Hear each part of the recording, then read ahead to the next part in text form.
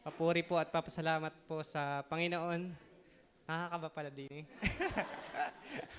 Yun po, salamat sa Panginoon sa buhay, sa kalakasan na patuloy niyang pinapahiram. At tunay na sinasabi kong ang buhay ibiyaya lang talaga. At yung kumbaga sa akin po ay, sa personally ko po ay, ako po ay sa biyaya lang talaga nabubuhay. Kumbaga ho ay hindi lahat ay deserving. Kumbaga ho ako'y talagang pagdating po sa ano, ako'y mahina. Pero sa biyaya po ng Panginoon ay nagagampanan ko naman po yung as a Christian.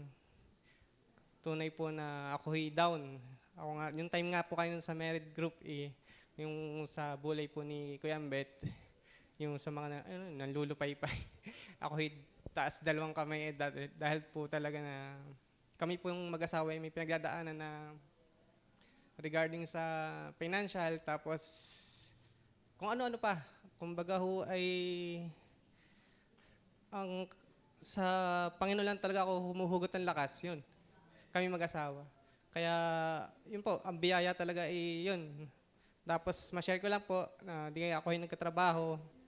Yun, almost magti-3 na po sa 8.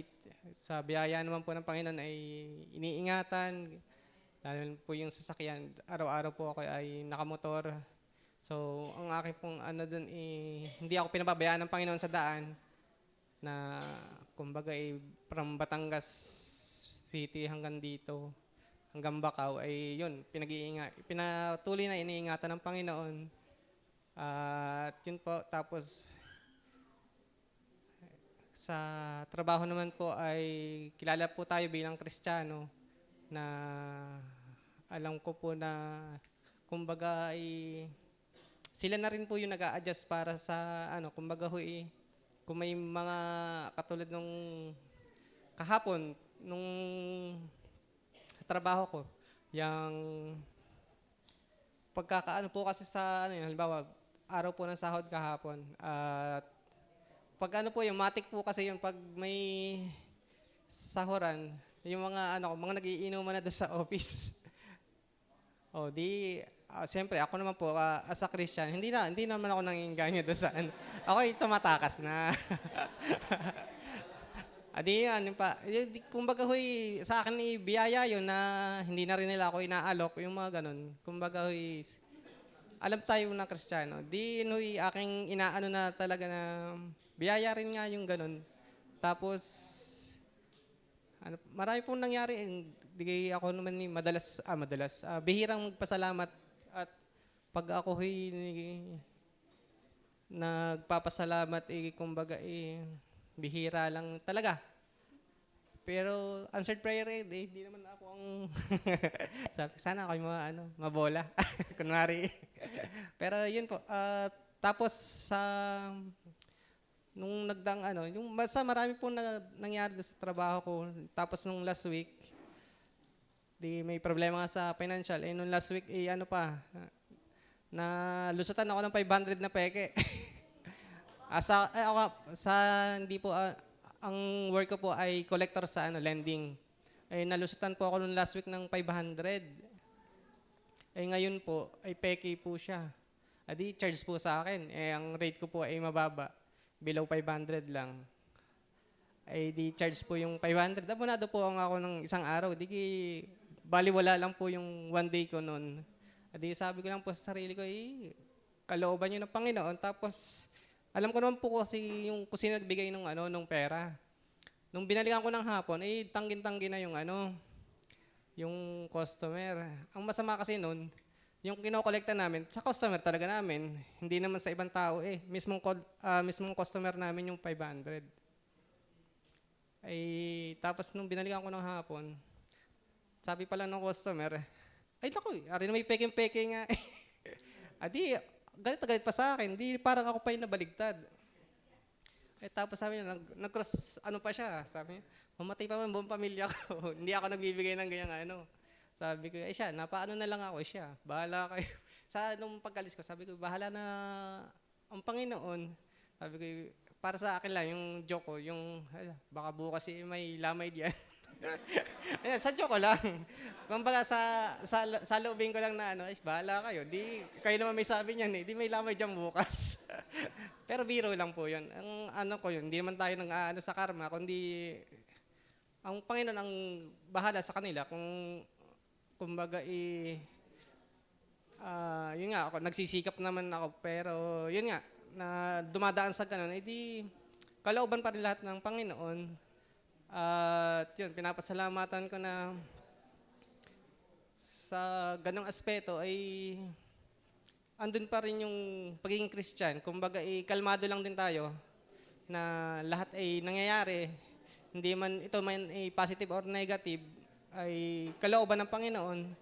Tapos yun nga, yung sa panghihina ko ay iba talaga pag ano, yung kumbaga ako ay nanghihina talaga eh. As in, siguro isang buwan na akong mahina spiritually. Pero yun nga, ang biyaya po doon ay kumbaga sa tilapia na isda or sa anumang isda, yung kumbaga nasa pangpang ka. Kumbaga gusto mo pang mag-survive. Kumbaga andun pa rin yung paltukan ka ng paltukan. Kumbaga gusto mo pa rin pumunta sa tubig para mabuhay. Yun yung ano ko yung kumbaga yun yung espiritu ko. Na hindi na kumbaga kung naghihina magpapabaya na, di mas lalong patay tayo pag ganun. Kaya biyaya na may espiritong ganun na nagpapatuloy. At yun nga, sa bawat mensahe ng pastor, ako'y kumbaga tagos at hindi man ako natitisod sa mga mensahe ng pastor kasi laging about sa Bible yung pinag-uusapan, yung sa mga reading, sa mga devotion. Di ang sabi ko, lahat sa akin tama yun eh. Pero biyaya doon, tanggap ko talaga, kumbaga lasap na lasap ko yung mga mensahe. Yun, kaya sabi ko ligtas nga talaga ako. Kaya yun, pasalamat sa Panginoon sa ganong aspeto. Tapos pinapasalamatan ko po yung work ko rin ay biyaya din kasi wala siyang pasok ng linggo. Di yun, biyaya rin nga po. Tapos pabor din po kay Sel na pagkakapasok niya sa umaga, di magkasabay na po kami yung hatid sundo ko na rin. Pahatid ko doon sa trabaho niya, doon sa kanto. Tapos pag uwi ko, kasabay ko na rin siya. At yun nga, ang ano lang doon, di ako nag-a-adjust. At pag sa bilis kumilos, pag sa umaga. Ay, sorry. Sa bilis naman. Ay, ang ano kasi time management namin, 8:00, dapat nakain na eh. Pag nagpas ng 8:15, half day na. Kaya sabi ko sige, di no choice pag ganun. Di lagi ang ano ko yung bait ko laging na ano naman, kumbaga laging adjustment. Pero di biyaya pa rin po yan sa aming mag-asawa na na hindi naman kami madalas magtalo. hindi madalas. Kaya biyaya na Kristiyano. Ako'y nagpapasalamat sa ganong aspeto sa Panginoon na pinagkakalooban ng ganong haba ng pisi. Diyan po, papasalamat din ako sa dalawang bata sa mga nagdaang araw na yung kay Atara, yung pagpasok po dyan sa dagatan, yung kila Brother Jay at kila Sister Rina, sa Cambrasa, yung nag-i-stay din yung bata, gawa nung mga unang araw ng pasukan, ay hinahabilin din yung si Atara, gawa ng nalabas siya ng alas 10, 10:20 yata, yan. Ako nadaan ng 12:30, di nag-i-stay din yung bata. Kaya pagka ng 12:30, di hatid ko pa sa bahay, sa pulo.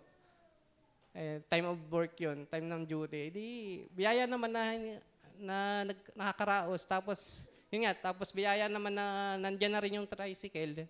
Pinadala sa akin ni Andrew, hindi na kasi niya ginagamit doon. Di may service yung bata. Di pinapasalamatan ko yung mga naging bahagi ng yung mga sa bawat kapatiran. At salamat sa mga prayers, sa pastor, sa lahat-lahat ng ng kapatiran na nanalangin.